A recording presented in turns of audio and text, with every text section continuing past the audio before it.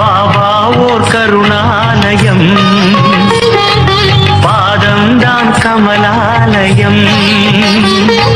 பாபா ஓர் கருணாலயம், பாதம்தான் கமலாலயம். சாயப்பா உறவுகள் அனைவருக்கும் வணக்கம்.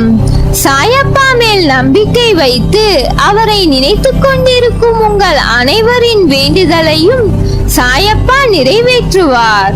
நல்லதையே நினைப்போம், நல்லதே நடக்கும்.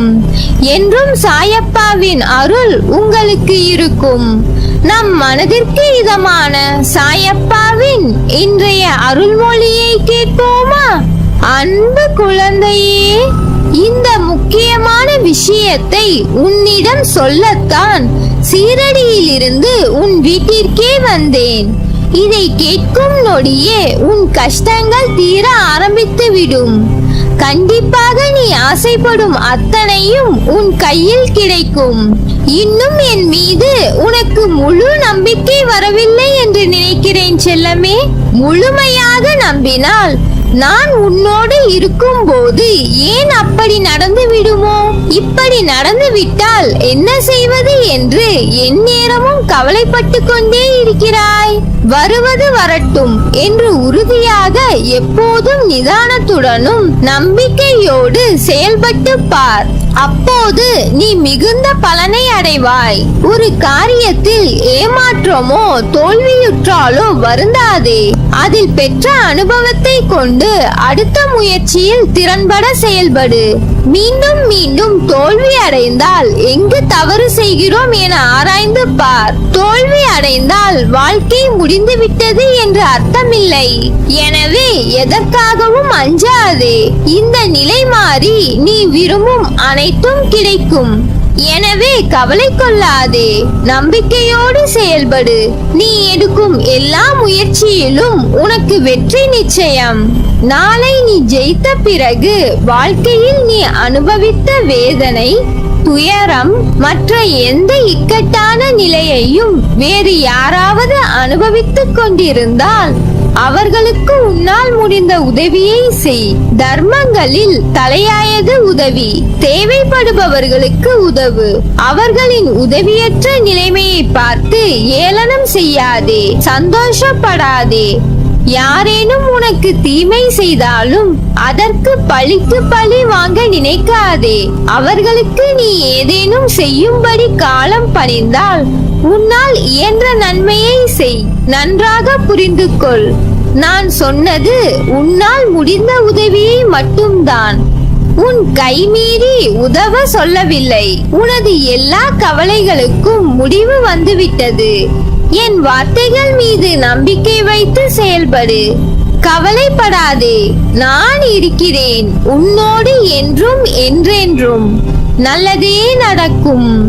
நீ மனதில் குழப்பத்தோடு இருப்பதால் எடுத்த காரியத்தில் கவனம் செலுத்த முடியாமல் தவிக்கிறாய். குழப்பம் அடையாதே. எந்த சூழ்நிலை ஆயினும் அதில் உள்ள நல்லதை மட்டும் பார்க்கும் பழக்கத்தையும் பக்குவத்தையும் வளர்த்துக்கொள்.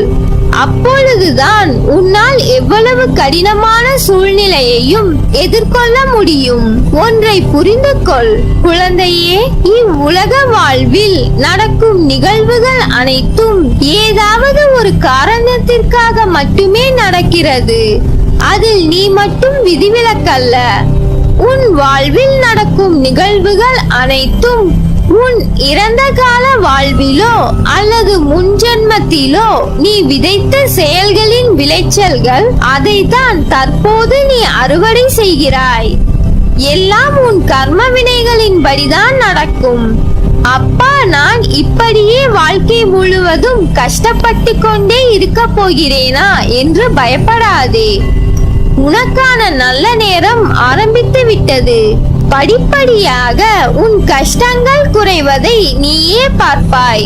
உன் கஷ்டங்கள் குறைந்து சந்தோஷமாக வாழும் போது இப்பொழுது நீ செய்யும் செயல்களுக்கான பலனை வருங்காலத்தில் நிச்சயம் அனுபவிக்க வேண்டும். அதனால்தான் நான் உனக்கு அடிக்கடி கூறுவது, எல்லோருக்கும் உன்னால் முடிந்த உதவிகளை எந்த எதிர்பார்ப்பும் இல்லாமல் பிறருக்கு செய் என்று. யாரையும் திட்டாதே, சாபமிடாதே, கெடுதல் நினைக்காதே. நீ எதை செய்கிறாயோ அதுவே உனக்கு வந்து சேரும். அதற்காக எனக்கு தீங்கு துரோகம் இழைத்தவர்களை என்ன செய்ய என்று நீ என்னை பார்த்து கேட்பது புரிகிறது. உனது மனம் வருந்தினாலே போதும். உனக்கு பாதிப்பை தந்தவர்களுக்கான தண்டனையை காலம் கொடுத்தே தீரும்.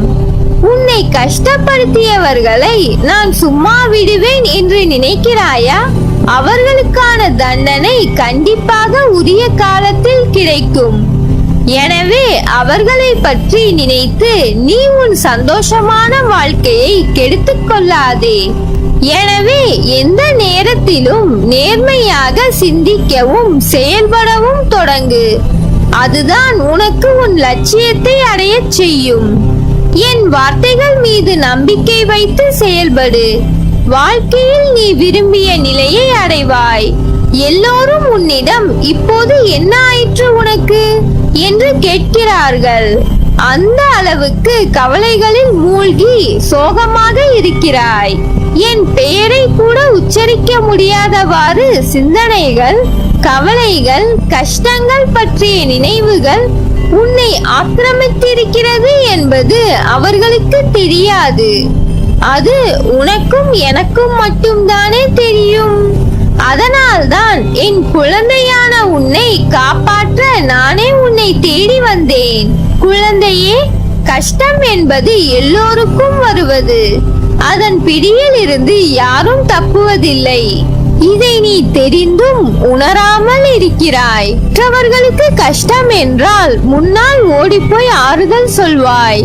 இப்போது உனக்கு கஷ்டம் என்ற நிலை வந்ததும் என்ன செய்வது என்று தெரியாமல் குழம்பி நிற்கிறாய். பிறந்தது முதல் இதுவரை எண்ணற்ற தொல்லைகளுடனும் கஷ்டங்களுடனும் வாழ்கிறேன். என்னை மீட்பார் யாரும் இல்லையே என புலம்புகிறது உன் மனம்.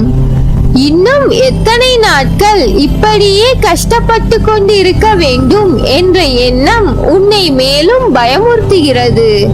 கவலைப்படாதே.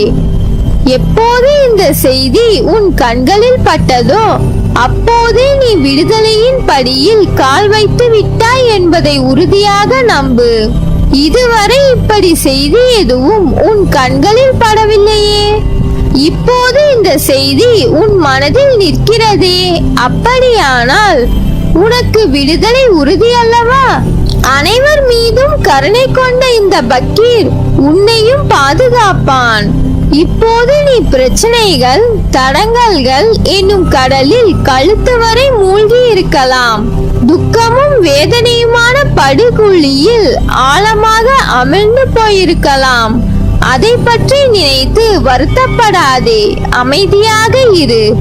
ஒரு காலத்திலும் நீ செய்ய வேண்டிய கடமையை செய்யாமல் இருக்காதே. பொறுமையை கடைபிடி, கவலையை விட்டொழி. உனது துக்க நாட்கள் முடிந்து போயின. எனது வார்த்தைகளை நம்பு. மனம் புண்ணாகி போனது என வருந்தாதே.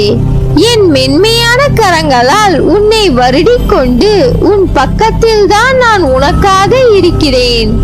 நம்பிக்கையோடு செயல்படு. நீ எடுக்கும் எல்லா முயற்சிகளிலும் உனக்கு வெற்றி நிச்சயம். என் வார்த்தைகள் மீது நம்பிக்கை வைத்து செயல்படு. கவலைப்படாதே, நான் இருக்கிறேன் உன்னோடு என்றென்றும். எதற்கும் பயப்படாதே, கலங்காதே. உன்னில் நிச்சயம் வெற்றி என்ற தீபத்தை நான் ஏற்றுவேன். நீ உன்னில் பார்க்கும் அனைத்துமாய் அகிலத்தின் ரூபமாய் உனக்கு நான் இருப்பேன். நல்லதே நடக்கும்.